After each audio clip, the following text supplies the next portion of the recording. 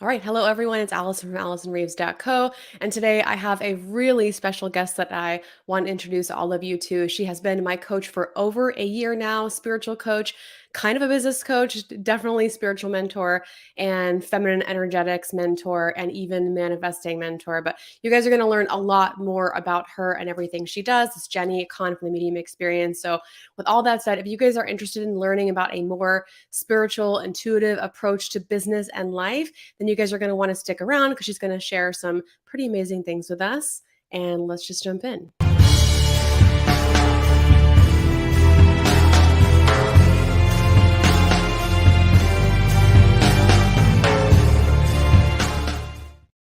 Jenni, Hello.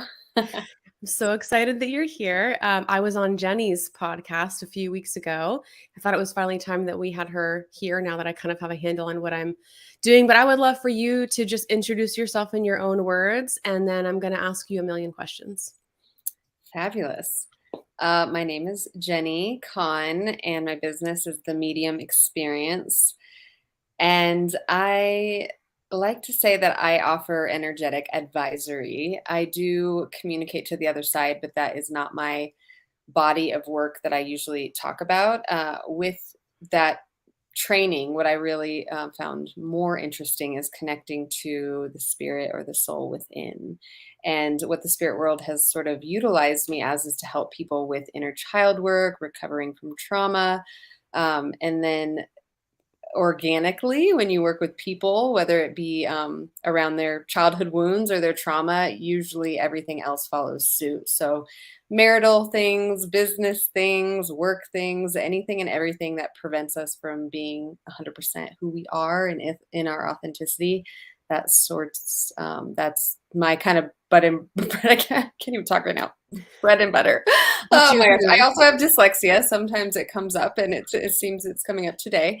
But typically I've been able to overcome that. So we'll see how the rest of the show goes. Yeah, it'll be an adventure. We'll find out. Yeah, I feel like energy is weird. We were talking about that. I had 2 client no-shows today, yesterday, like, which is super weird. So maybe we're on the tail end of Yeah. whatever was happening in the universe. So I have a lot of things that I'm kind of curious about that I've never really asked you directly. But one thing I would love for people to know is kind of how you got into this work. Because I know this has always been what I understand is a lot of your interest in how you're helping people now. It kind of came to you from just natural curiosity. So, how did you get into the kind of personal development work and knowledge that you have? I do believe that it was a soul calling early on. I mean, I had interest in astrology probably around 9.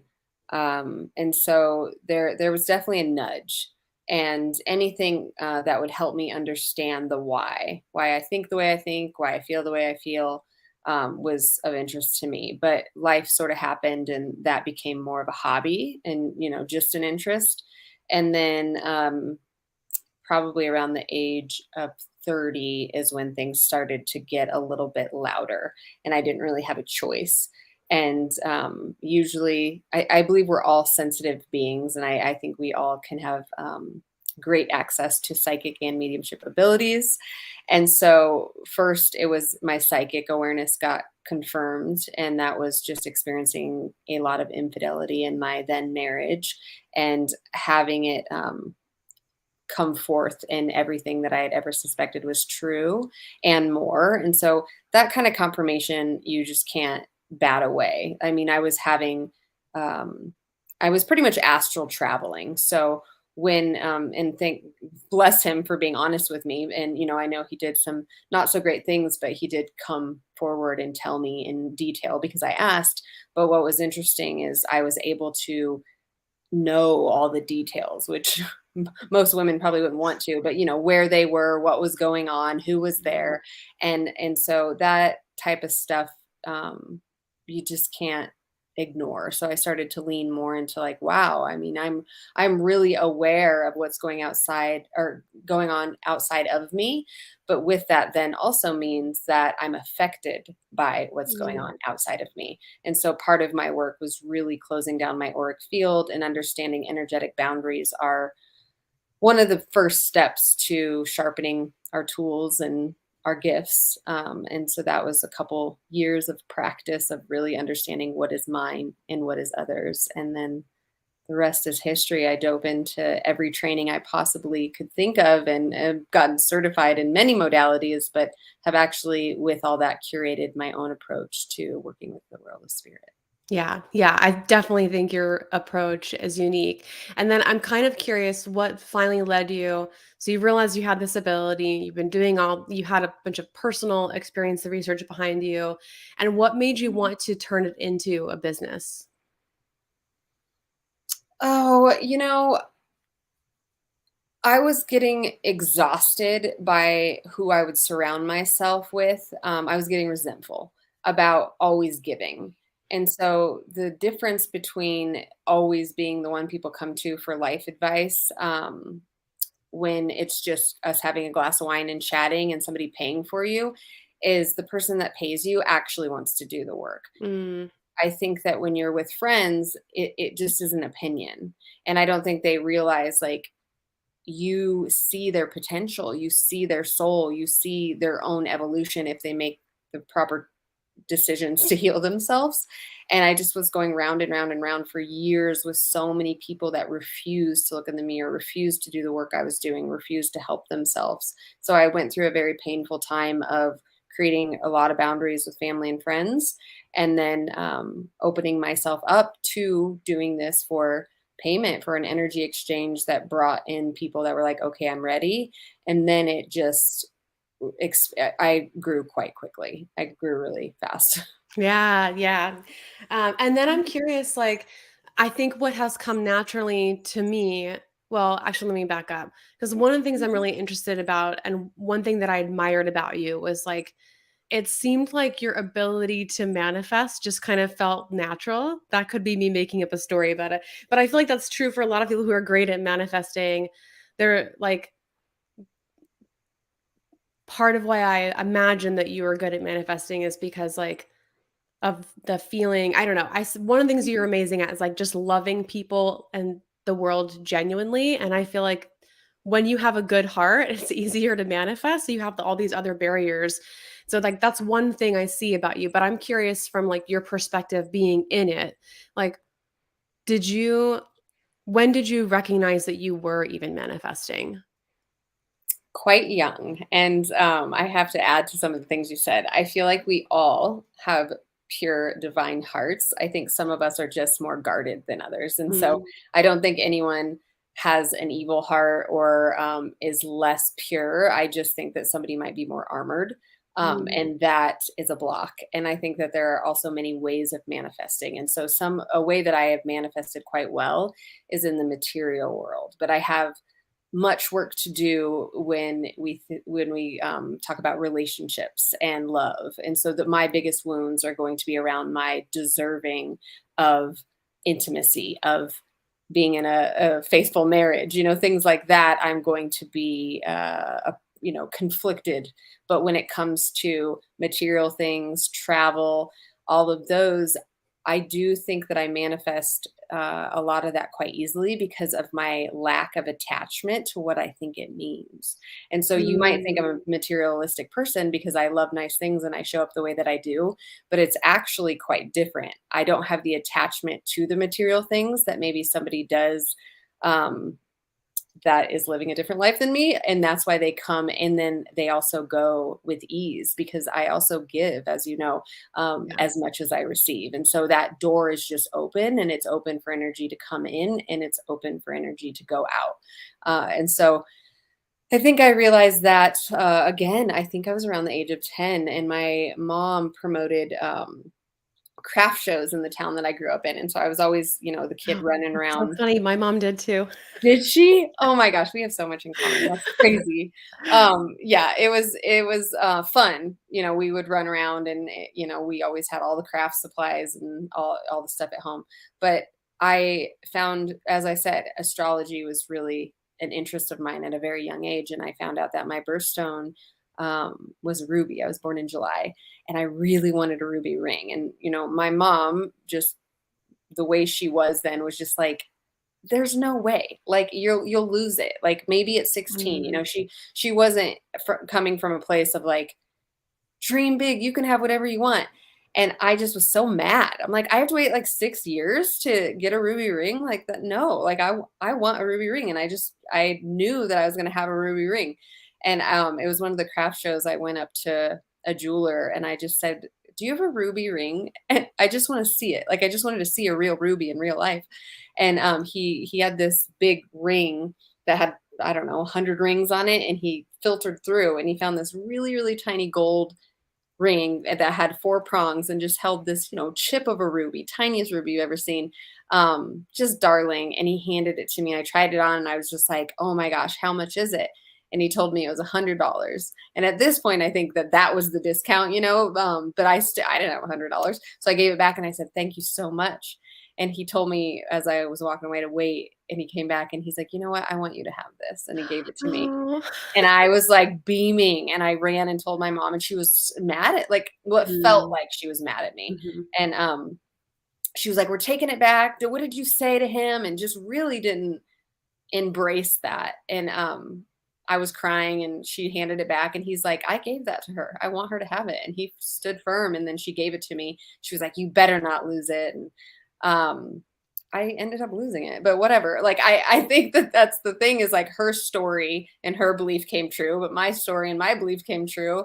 And Yeah. I then later ended up buying myself when I was probably 17 a ruby and diamond ring with the money I made because I knew that that was important to me and nobody, no belief was going to get in the way of me having something I desired. It just didn't make sense. Yeah. Oh, that is such a cool story. And then you've done that over and over again.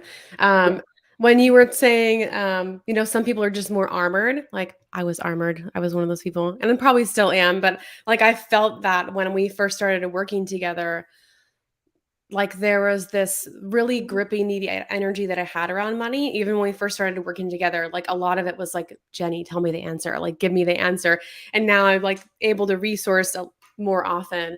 But I'm curious if you have any advice for that, like for that grippy, needy energy, for like removing that armor. Cause we have some of it. I had some of it because I was taught it from family or whatever, and also because of trauma. But like when it comes to feeling really grippy around what we want and removing some of that armor, like how do people start? Yeah.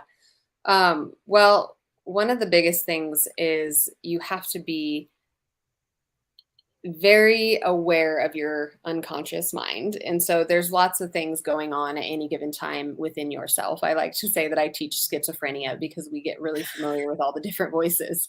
And if the voice is at all being, ripping you down, coming from a place of fear, scarcity, it's not your authentic self. It's not your soul self. It's that your soul is all love and light and pure, and it's going to guide you in a very peaceful, comforting way. Mhm. But typically, what we're listening to is our ego. I mean, it's normal, but we have to take back control at some point. But I would say is to understand why you want what you want. And so when I desire something, let's say materialistic, let's just say like a Louis Vuitton bag, I, in my mind, don't think, well, why do I need that? I already have a few. Well, that's ridiculous. The price is so high. I could put that in college fund for my kid. And I could go down all these reasons why it is not okay for me to desire a Louis Vuitton bag. And that is coming from a place of scarcity, and that I feel probably from family, friends, or other people outside of me that they could judge me by how I choose to spend my money. And what I have realized is all the areas that I know what I desire, if I replace that then with why not, then Mm, it opens the door. And so if you mm, desire something, if you desire anything in the material world or the relationship, world, whatever it is, energetics, physical, it doesn't matter. You do have to understand that you desire it because it's already an energetic match for your soul. So the only thing that is getting in the way of you and being in that space or obtaining that dream vacation or that car is your limiting beliefs and what you think it means if you get it. And mm. that you can't do that without going back and looking at ancestral trauma, looking at your own childhood trauma, understanding that, we have a lot of our unconscious mind that's calling the shots. More, 80% of us is our unconscious. So if you're not willing to look deeper into yourself and why you do the things you do, think what you think, and feel the way that you feel, you're going to be going in circles and you're not going to make any movement. Yeah. Oh, it's so hard because I love that what you said about why not? Like, why do I need that? Why not? And the reminder that what we want is what we're meant to have. And I think, like, I'm curious. I see there's people here live if you guys have questions and want to chime in.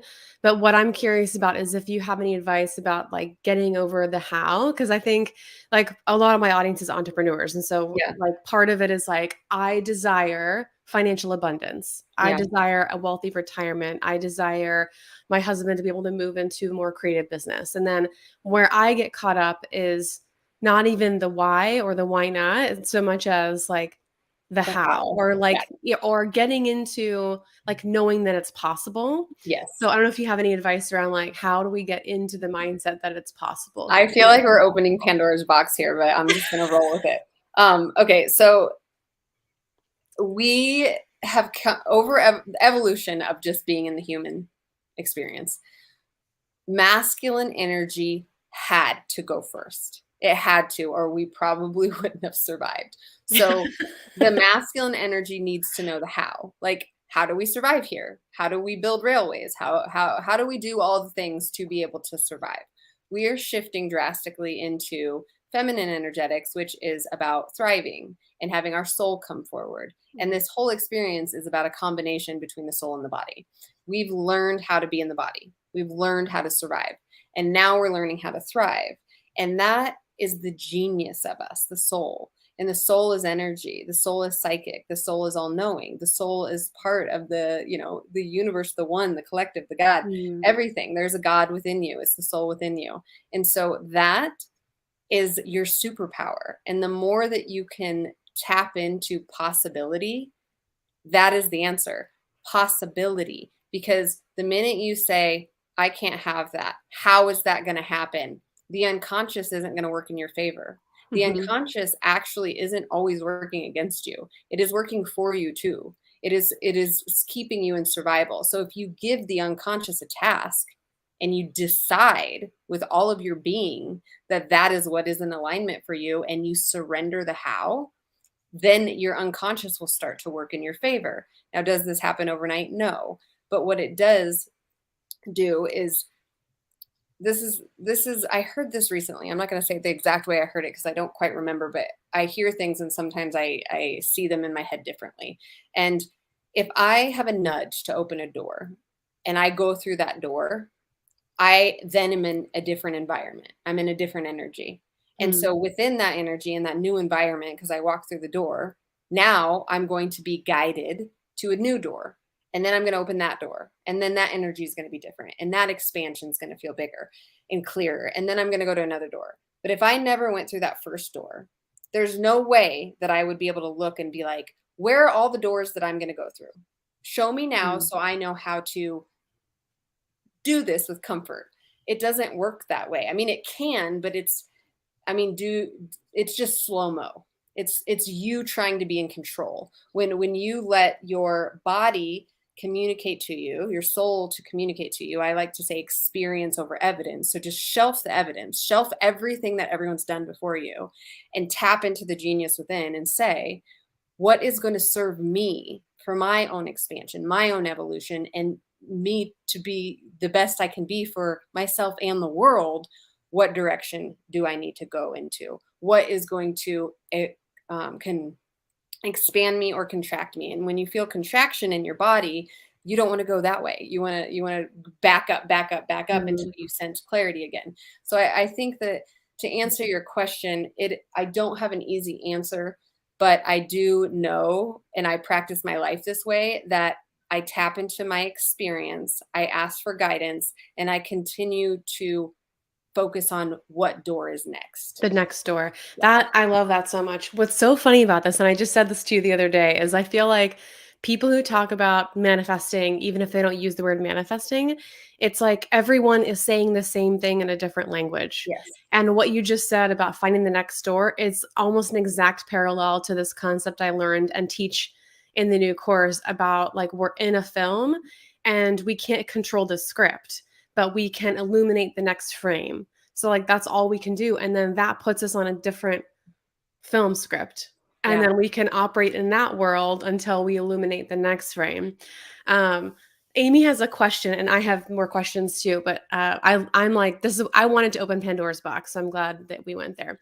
So she says, I struggle to be responsible with money without feeling like it comes from lack. It's like I swing from trusting so much that I spend easy. And so then I overcorrect and I feel like I shouldn't spend anything. How do you do it? Like making responsible decisions without coming from an energy of lack. Totally feel this, Amy. Great question. So, what I'm feeling with this question is that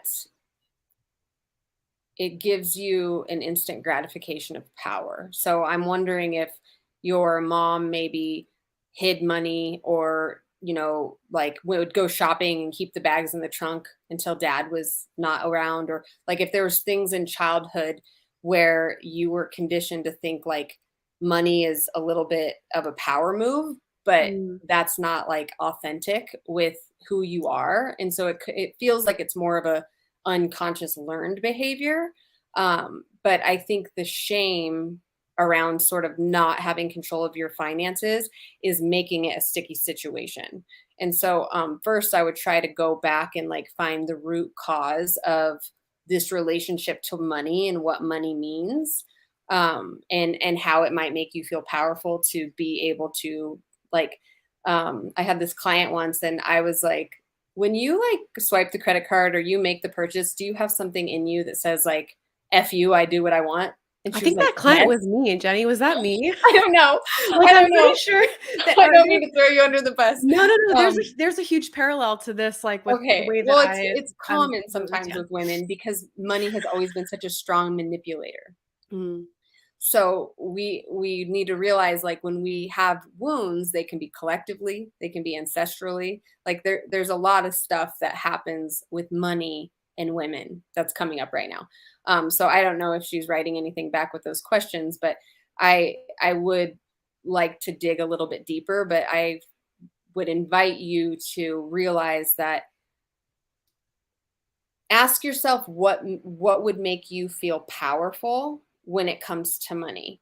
And so if it's going to make you feel more powerful in the long term to start a savings account or to give yourself a budget, then that's just about discipline. And so I have a harder time with my relationship, like with my body. Like I will sit and I will journal and I will meditate and I will channel for days. Like I will be like a monk. That is not going to that's not good for me. And so I need to make sure that I move my body. I need to like set timers to eat because I forget to eat. And it's about discipline.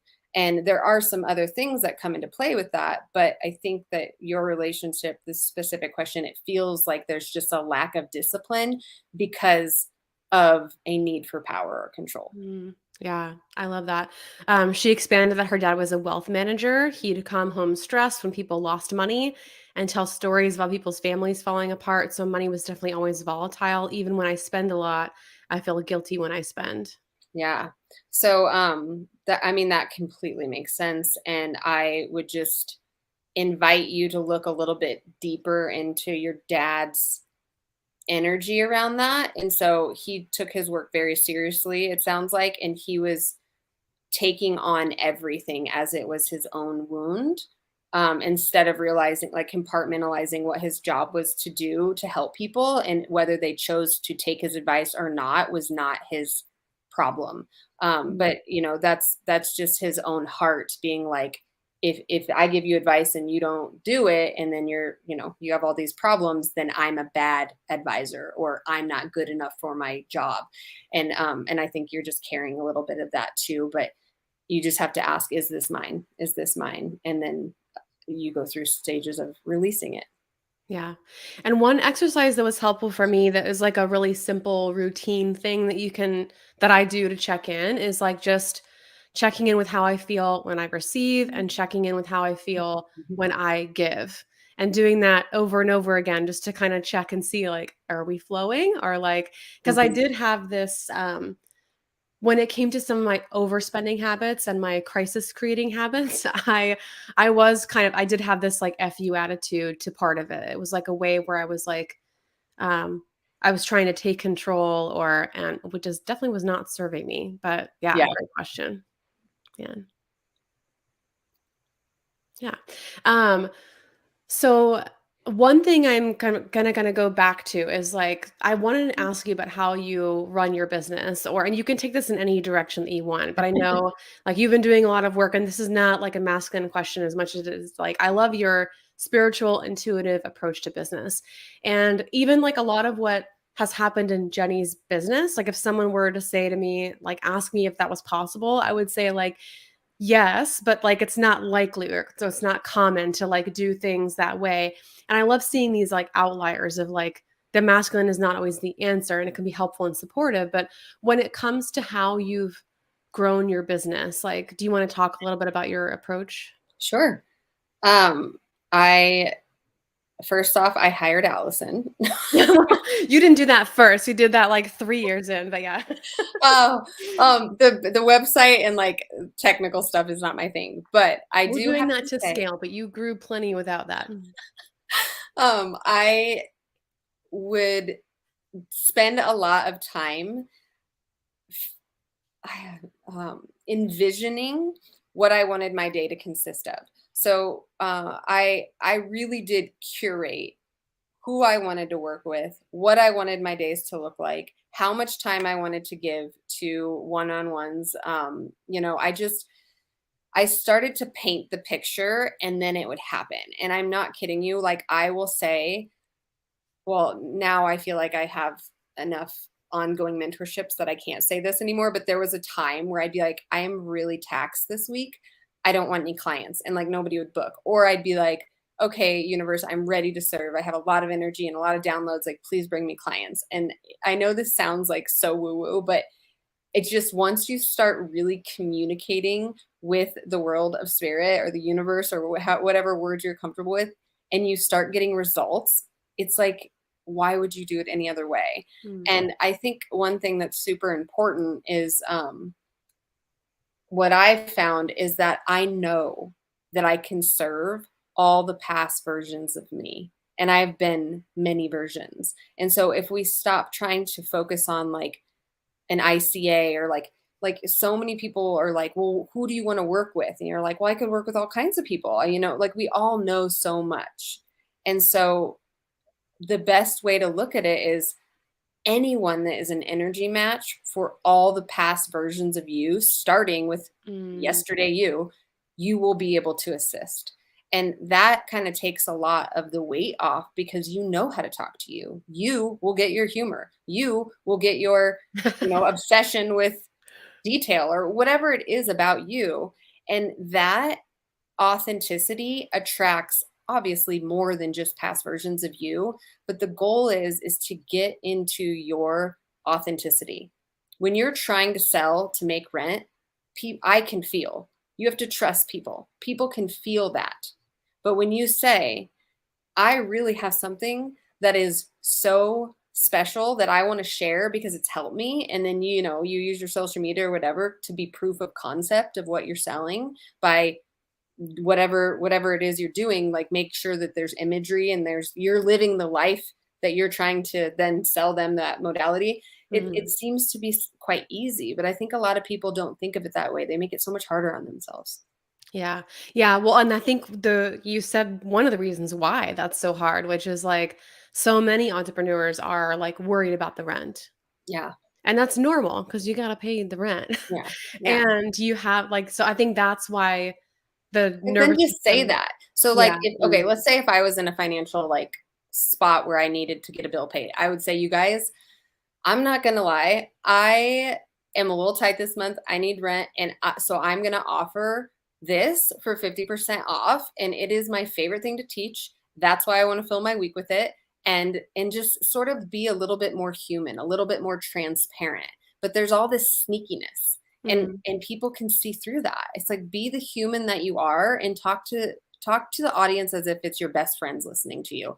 But what we do, and I still do, I caught myself doing this the other week, is I have very I came from more of a cynical family. And so you have these cynical friends or family or whatever you heard in the past that's going to criticize what you're doing or make fun of you, the way that you're appearing online. That's what you think of. And so you're already showing up on the defense. And it's like, no, no, no. We need to go back and we need to breathe. And then we need to show up as, hey, all my best friends are here. And I'm just going to let them know what's going on. Yeah. Yeah, and figure out what you get excited about. It's so hard. I love that answer though. Just like be honest with people. Like I wonder if maybe I'll do that this week. I'll do like a little sale because like I bought all these sponsorships for bundles and Yeah. I'm like want to sell a bunch of extra stuff before the end of the month. Maybe I should just say that's the reason why. Yeah. But I think also too with you, you get excited to be around more people. You love to public speak. So the thing is like if you keep that hidden, why would the universe want to support you in selling something out when you're hiding something in your back pocket that people in your audience might also need the courage to hear? Like, hey, you guys, I definitely respond better talking when I'm in an audience. And so help me help you by signing up for this program, and so then it's just all honesty. Yeah. I love that. Right. We're like Jenny and I are right now working on my launches for October. Um And so for another thing I'm really curious about if you want to speak to it at all is that you're going through a lot of evolutions like we all are. Mhm. But you've been working with Melanie Ann Layer, who if you guys don't know who are watching this, Melanie Ann Layer is probably the most successful coach in the coaching industry. She's done 70 million in sales in 3 or 4 years, which is when I first heard of her, I was like, this is fake. Like I thought the engagement on her Facebook profile was fake. And then when I started tuning in, and especially after I bought my first offer from her, um, if you follow Melanie Ann Lair, you'll start to see why she's so successful. One of the things I really admire about her that I think is epic is her energy management. She is selling almost all the time. She has offers stacked on top of offers. And that is not easy to do, but it's one of the many things that helps her revenue. And that takes like so much discipline and spiritual connection just to like be able to sell as often as she does. But Jenny has been working more with Melanie in a couple of her programs. And so I'm curious, like, when it comes to either business or energetics, because it's all the same, if you want to share like some of those bigger lessons you've been learning lately. That's a big question. I'm just curious what Yeah, comes up. let me think about what. So, well, like I said, I have less. Um, so I did one of her programs called Currency, and now I'm in one called Impact Academy, and Currency was all about money, like currency, and so that one was interesting because I feel like I'm quite seasoned in that, and it seems to be okay. But anytime you lean into anything, something's going to come up because you're saying I'm ready to be dismantled in some way, shape, or form so then I can expand or grow. And so then I started having some marriage stuff come up. And my husband, Mhm. bless him, is like the most level guy ever. And so when I say stuff came up in my marriage, it's stuff came up with me and I tried to project it onto him and he stays level and then I have to then do my work. So that's what was funny about that program is I had it, but in my body of work, money and love are very similar frequencies. But I think probably what I'm learning the most in her current program, Impact Academy, is just how much I still have some very negative voices in my head um, about the expansion of my business. And Mm. so I know it's happening. It's like happening. Like I'm almost like trying to hold it here, and it's just like just it's going. It's happening. It's happening. And I do just think it's from life, like just having people not supportive of anything. I mean, this could go back to middle school or whatever. And so that's just so sad to me that we all have this like deep rooted wound of not being good enough, of thinking that people are going to think that we're not genuine or not honest or all the things. And in being a psychic medium, I mean, of course I'm going to think those things. Like the last thing I want is the person to come up and just completely tear me apart because that would hurt me so much. But I have to just overcome the fact that if I can help 10 people, I really can like put my big girl panties on and deal with this one person, which that doesn't Mm. even happen yet. So this is all hypothetical, by the way. That's funny. Yeah, I remember. So that's interesting because I brought up to you, I had this like fear come up one day because my email list is growing a lot and I'm like working on like picturing what bigger growth is. And I remember asking you like what would happen? Like I'm a part of why I'm afraid of growth is because I'm afraid of like a hater for lack of a better words or a scandal or like what if I said something in the past that was offensive Yes. and I get canceled because I was getting all wrapped up in all these YouTube cancellations Yes. and you said the message here is that that may happen. Yeah. Well, It's it not like will. That's what yeah. I hear. Like right Yeah. now, I just heard, yeah, it will. Like it's just like whatever we think is probably already in play. So Mm. do we want to let that be the end? Do we want to cancel ourselves? Let And me just cancel myself now before it happens. yeah, and I just think that it's good to talk it out loud because when we say this, it is funny. I mean, there's humor in it, Yeah. but when we don't speak about it, like I say, rage on the page, like journal, like really allow yourself to rage on the page and say all the ridiculousness, um, because when you read back, it's pure comedy. It's a dark comedy, and it's a dark comedy because we do not make sense. Like we just are so crazy sometimes. And so it's good to start to just outwardly admit like, well, I have fear. I used to have a fear to go walking alone because I thought someone would egg me. Now I've never That been is egged. so specific. I love that so much. Well, it has to be past life related, right? Because Yeah. it's like, have I ever seen someone get egged? I mean, when I did see Game of Thrones where they were like, shame, shame, shame, and throwing food at her, that was pretty traumatic for me. But I mean, I've had this fear since a very young age. But I'm like, that has to be past life, right? I mean, Mhm. I don't know. I love how specific that is. I mean, that is funny. That's a great example of, like, how specific things are. Yeah.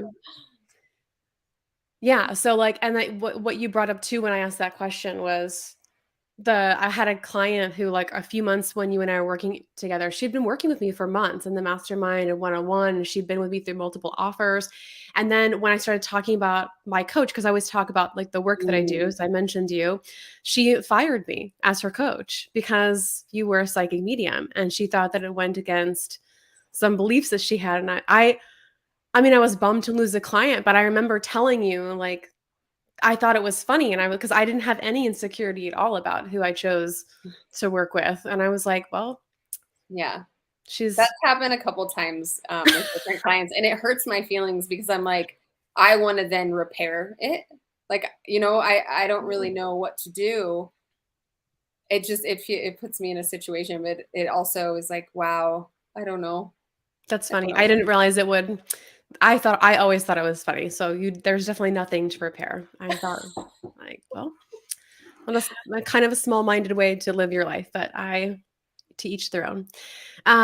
So I know we're gonna wrap up in a little bit, but the one of the first offers I did with Jenny, I did a clarity reading with her, which is still an offer you can get on her site, and I'll put it in the comments for you guys. And then I went into I think I was one of the first or second, third client into the new offer, the Spirit Led Life. It Yeah, was a brand new offer, yeah. and so that is not open right now, but there's a course option available. Is it still available or is it closed? It was closed on Monday, but I don't know how to take it down, and I don't think you took it down, so it's So if you get to it right now while you're on live, it's Spirit yeah, Led Life. it's Um, available. you can sneak in, but get on her email list, and when it opens, it opens. She's always posting on Instagram when her offers are open. But I'm curious if there's anything else that you're working on that you want to talk about. Oh, my the biggest expression of what I do is my spiritual retreats. I just absolutely love bringing women together and diving in. And I do it at a vineyard. And Allison has been, so she can kind of vouch for this. But I love the balance. I love the balance between masculine and feminine energy. I love the balance between luxury and deep soul work. And so I really curate that well. in my opinion. And so this is a container where I bring 16 women together and we really just go deep into whatever that retreat is about. And so the next one is in June. It's called Je Cree and it's I Create. It is going to be on a full moon in Sagittarius. So we are going to really talk about expansion. We're going to do some rage release, and that sort of is my favorite thing to do. I went on that retreat last year. Was it last year? And it was transformative. I've been on a lot of retreats in my lifetime from growing up in the church and then being in masterminds. I've been to a lot of different places. And it was one of the most like nourishing, connected, Mm. supportive. It was the most nourishing, connected, supportive retreat I'd ever been on. And then it was one of the most supportive, connected retreats or experiences I'd ever had where um, yeah, there was just this energy of like of support and love. And it was really healing for me to have that experience on the tail end of having experiences that were less like that. So, and it's also like luxury. So if you guys are into Jenny's vibe and like I would just recommend this retreat even if you're not so sure about all the spiritual stuff, the retreats are definitely for that person where you can just go and have like a freaking amazing, beautiful time with wine and amazing food and the most amazing view. Like, just go look at our Instagram and you'll see like the view. Everyone has to post a picture of that beautiful mountain in the background. Or is it a mesa? It's a mesa. Mesa. Yeah. Yeah. Thank you, Yeah. Allison. Yeah. Yeah. Cool. Well, that's all I think that we have. Any other closing words, Jenny? I had some notes over here. I don't think so. I'm excited to talk more and more about business because I do think it is so important and it's such a reflection of that like inner self-esteem. Mm, I think we're past the time of I'll bring this book up. There's a book called Quiet, and Quiet is such a great book. It's by Susan Cain, and it talks about how we're all a little bit more introverted than we think. And at the turn of the century, the working man went to the salesman, and the working man was all about like, I have these crops, they're good, you know, would you like some? And it is just that, like, I have this and you have that, and we'll trade and it's good. And then it was like, no, you need to be a salesman. You need to have a good personality. And people didn't know what that meant. They just were who they were. And that's when anxiety pills and depression pills went through the roof. mm, Around 1915, and it's because people were having to be something that they weren't authentically to try to get them to do what they wanted them to do so they could put food on the table. And you can imagine why this would bring anxiety forth. And then, Dale Carnegie, How to Win Friends and Influence People. I mean, I just really disagree with that because if we're truly authentic to who we are, we won't have to win friends and we don't need to influence people. We will just be a match or not. And I think that this is a time where we're starting to realize that, and that if you start to know who you are and how your vibration is, what your default setting is, you won't have to reach for clients. You will get into so much of your feminine energetics that they will be attracted to you with ease, and your business will transform. And so I just love that book. It is, more psychology. It's not spiritual at all, but I think it gives you the awareness of like what actually is going on and how people communicate and navigate, and how do I want to communicate and navigate the world, my business. You don't have to be so boisterous. You don't have to be so loud. You don't have to be so intense. mm, You literally can just show the world who you are and lean back. mm. Oh, that feels so good. And that's such a another one of the lessons I've learned from you is like I'm the brand and it's as simple as that. And growing my business now feels more like a coming home to myself than it I, does like oh, a master plan. yeah, I love that so much. Yeah, Oh, cool. I yeah. will leave all of Jenny's information and you guys go follow her on Instagram and then I'll have some of her links to her programs down below. All most of which I've purchased, I'd say. But yeah, Jenny, thank you so much for coming and talking with me today. Oh my gosh, I love it. Thank you, Allison, and I will see you soon. Yes.